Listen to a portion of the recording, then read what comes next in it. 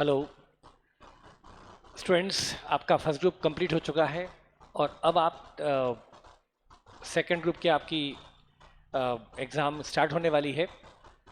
पहली बात तो बेटा आपने जो हिम्मत दिखाई है दो ग्रुप देने की, वही अपने आप में काबिल तारीफ़ होती है, क्योंकि कई सारे स्टूडेंट तो एक ग्रुप पे शिफ्ट हो जाते हैं और कई लोग एक ग्रुप ही तैयार करते हैं, पर आप दूसरा ग्रुप देने की हिम्मत दिखा रहे हैं, बड़ी बात है।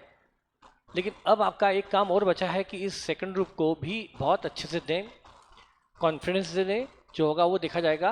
तो आपका जो एडवांस का पेपर आने वाला है फर्स्ट, उसके लिए मैं आपको कुछ बताना चाहता हूँ।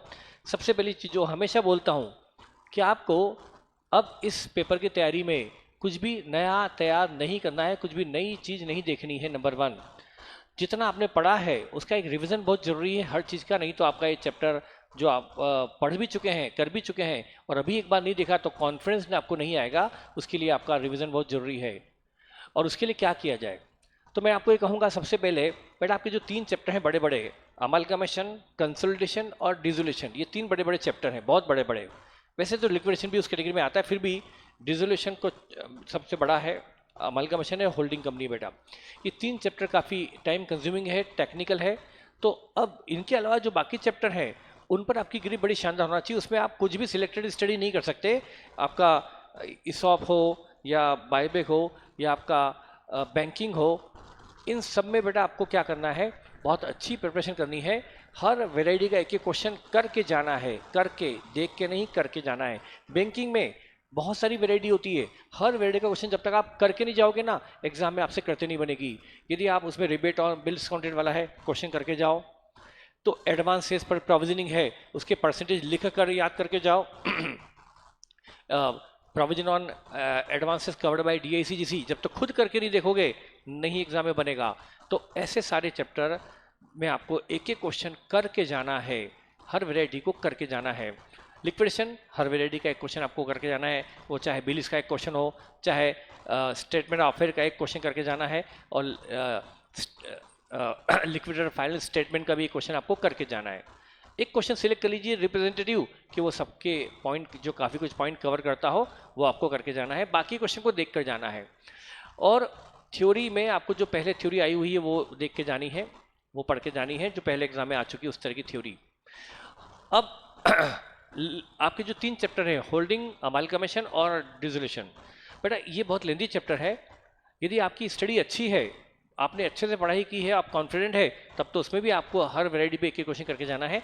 लेकिन यदि आप बहुत लूज कॉन्फिडेंट है, आपको लग रहा है कि हमारी बहुत अच्छी तैयारी नहीं हुई थी, हम देख नहीं पाए थे उस चैप्टर में, तो इस तीन चैप्टर में से आपको थोड़ी सिलेक्टिव स्टडी पे आप शिफ्ट हो सकते हैं, कि इसमें से किसी चैप्टर पर ज़्यादा फोकस करें और किसी पर थोड़ा कम फोकस करें। तो आप तीनों में से कोई भी एक चैप्टर आप अपनी चॉइस में से हटा सकते हैं, कि यार ये चैप्टर तो मुझसे नहीं होगा, क्योंकि आपकी पहले से तैयारी उस पर अच्छी नहीं है, तो अभी भी कुछ नहीं होगी। तो उस चैप्टर पर आप ज़्यादा ध्यान न दें, और बचे हुए चैप्टर, तीन में से कोई दो चैप्टर आपको अपनी चॉइस के, बेटा आते तो सभी हैं, ऐसा पॉसिबल नहीं कि अमलगमेशन ना आए।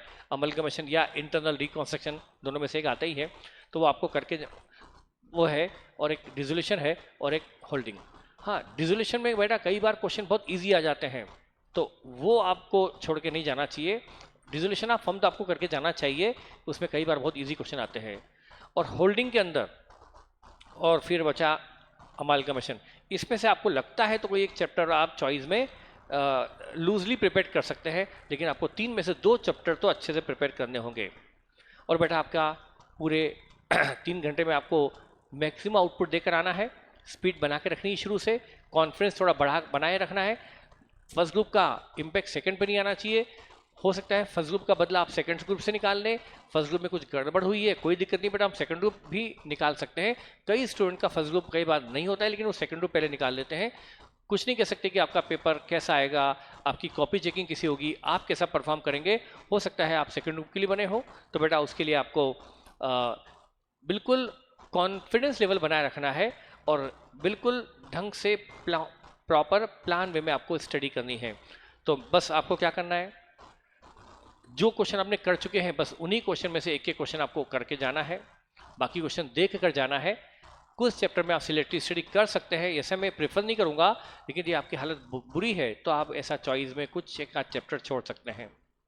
और बेटा आपके डाउट के लिए मैं ऑलवेज अवेलेबल हूँ।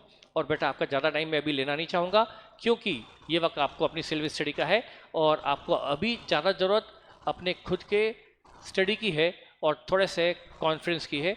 और हमारा सपोर्ट बेटा पहले भी था, अभी भी है और आगे भी रहेगा। ठीक है बेटा, थैंक यू।